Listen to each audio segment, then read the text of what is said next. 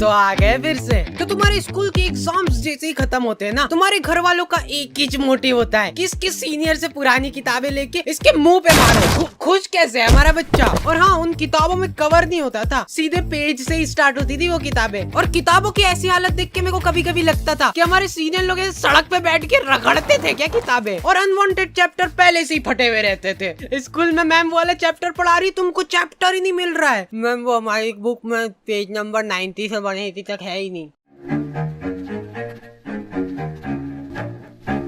Anyways, गर्मी की छुट्टियाँ। तो गर्मी की छुट्टियाँ पढ़ते से हम लोगों ने असेंबल करा हमारा ग्रुप, दाल बाटी युवा मंडल। हाँ, हमको भी हमारे ग्रुप का नाम शुरुआत में थोड़ा ऐसा अजीब लग रहा था, कुछ ऐसे किसी चीज की कमी लग रही थी। तो फिर हमने दाल बाटी प्लस रायता युवा मंडल रख दिया। और हाँ, मेरे को आज तक ये बात समझ नहीं आई कि ये स्कूल वाले अप्रैल में स्कूल लगा के क्या कर रहे हैं। टीचर लोग तुमको एक एक चैप्टर पढ़ा देंगे अप्रैल में, और फिर जब तुम भूले भटके 2 महीने की गर्मी की छुट्टियों के बाद स्कूल आओगे, बेटा अप्रैल में पूरा कोर्स निपटा दिया था अपन ने, आंखों आंखों में भटिंग भटिंग करके चैप्टर निपटाते, याद नहीं क्या तुमको?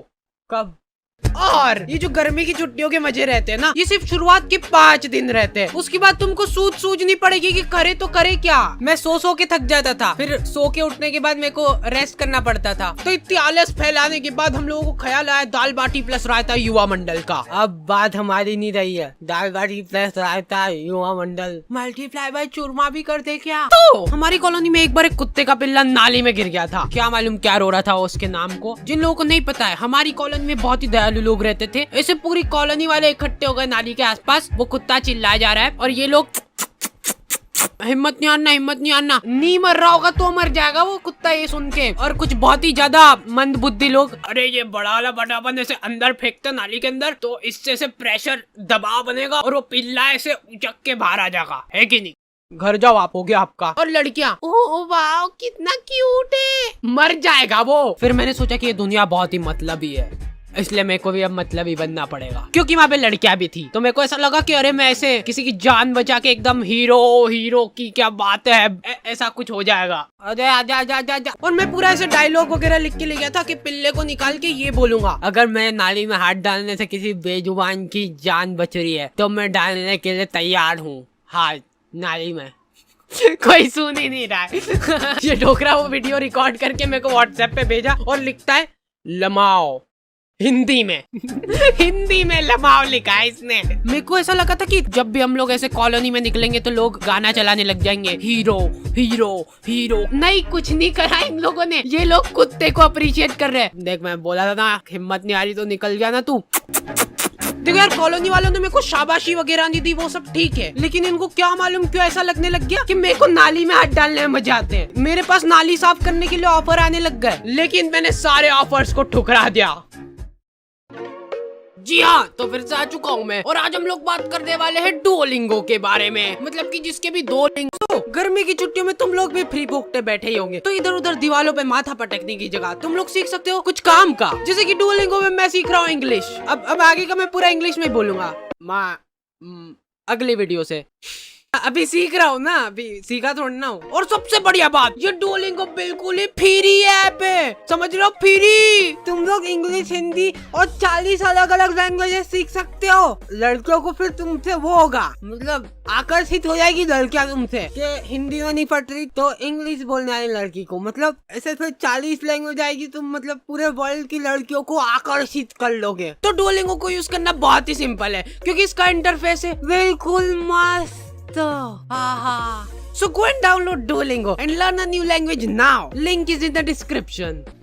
फिर हम लोगों ने रोज शाम को क्रिकेट खेलना चालू करा, साइकिल का स्टंप लगा के। लेकिन हम लोग जैसे ही खेलना चालू करते थे ना, ये डोकरा 1 किलो तंबाकू की थैली लेके आता था और इसके घर का गेट खोल के वहीं पे सामने फंसर के बैठ जाता था। और इस डोकरे के आसपास भी बॉल चल जाती थी ना, तो ये हमारी बॉल लेके घर में भग जाता था। अब इस डोकरे के पास ऐसे बॉल तन-तनाते हुए जा रही है और ये डोकरा आजा गले मिलना है क्या तुमको बॉल से? ये क्या है, नहीं क्या पोज है? वो प्लास्टिक की बॉल ऐसे चट करके चीटी ना।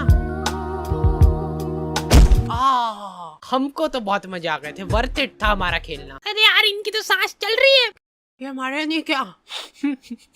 मारे जा रहे डोकरे। खैर अभी तक तो हो गया है मजाक मस्ती चुटकुले वगैरह, लेकिन तुम लोगों ने अभी तक मेरा इमोशनल साइड देखा नहीं है। रुमाल वगैरह रख लेना पास में सेबड़ा पोंछने के लिए। तो एक बार की बात है, एक छोटे से गांव में एक छोटा सा डोकरा रहता था, मतलब हाइट छोटी थी उसकी। उस डोकरे को चूसने का बहुत शौक था, आम चूसने का बहुत शौक था। वो बहुत ही गरीब था, उसके पास आम खरीदने तक के पैसे नहीं थे, इसलिए जो लोग आम खाते थे उनके पास जाके बैठ जाता था और उनको नजर लगाता था। आपको ही खाना आम? 2 मिनट चट निकल जैसे, आम चाहिए इनको। तो वो डोकरे को कभी आम तो नसीब नहीं हुआ, लेकिन वो डोकरा हमेशा आम की गुठलियां समेटा करता था। 1-2 बार तो फालतू में ही लोगों ने उसको कूट दिया, ऐसे ही मजा आते थे लोगों को। फिर धीरे धीरे टाइम गुजरता गया और अचानक एक दिन वो डोकरा मर गया। गाँव वालों को उसके मरने पे बहुत खुशी हुई, उन्होंने शादी पार्टी का माहौल बना दिया था, एकदम भूभा कर दिया था बिल्कुल। फिर कुछ सालों बाद उनके गांव में ढेर सारे आम के पेड़ उग गए। तब जाके गांव वालों को समझ आया कि वो डोकरा गुठलियों का क्या करता था। सारे गांव वाले बहुत चक्के रह गए। फिर सभी गांव वालों को अपनी गलती का एहसास हुआ और उन्होंने काटो ये सारे पेड़, फालतू उगा के चल गया यहाँ पे, मरते मरते भी ढंग का काम करके नहीं गया। तो मोरल ऑफ द स्टोरी ये है कि पेड़ काटो।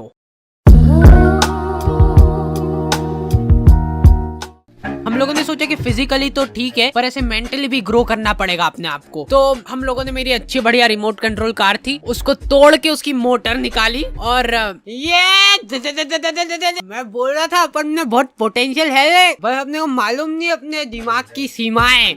और हमारे इधर एक टोपेश नाम के आदमी की किराने की दुकान थी, ठीक है। तुम 24 घंटे में से कभी भी इसके दुकान के सामने से निकलो, इसके 2 लफंगे दोस्त और ये तीनों का मुंह चलता ही रहेगा। ये तीनों ही खा के सामान खत्म करते थे इसकी दुकान का। नहीं पर उन भाभी को देखना एक बार, गौर से देखना एक बार, उनमें है कुछ अलग बात है उनके चेहरे में, ऐसे देख के हो जाता है। अरे नहीं मैं बता रहा हूँ, आपने अभी उनको बिना मेकअप के देखा नहीं है, लेकिन नेचुरल ब्यूटी भी तो होती है कुछ चीज। भैया ये एक नीम वाली साबुन की टिक्की दे दो। ये लो हाजिर है। भैया ये तो एक्सपायर्ड हो चुका है, देखो। अरे दीदी ये कंपनी वालों से मिसप्रिंट हो गई होगी, बाकी हमको मालूम है ना अभी नहीं हुआ एक्सपायर। ये लो खुश।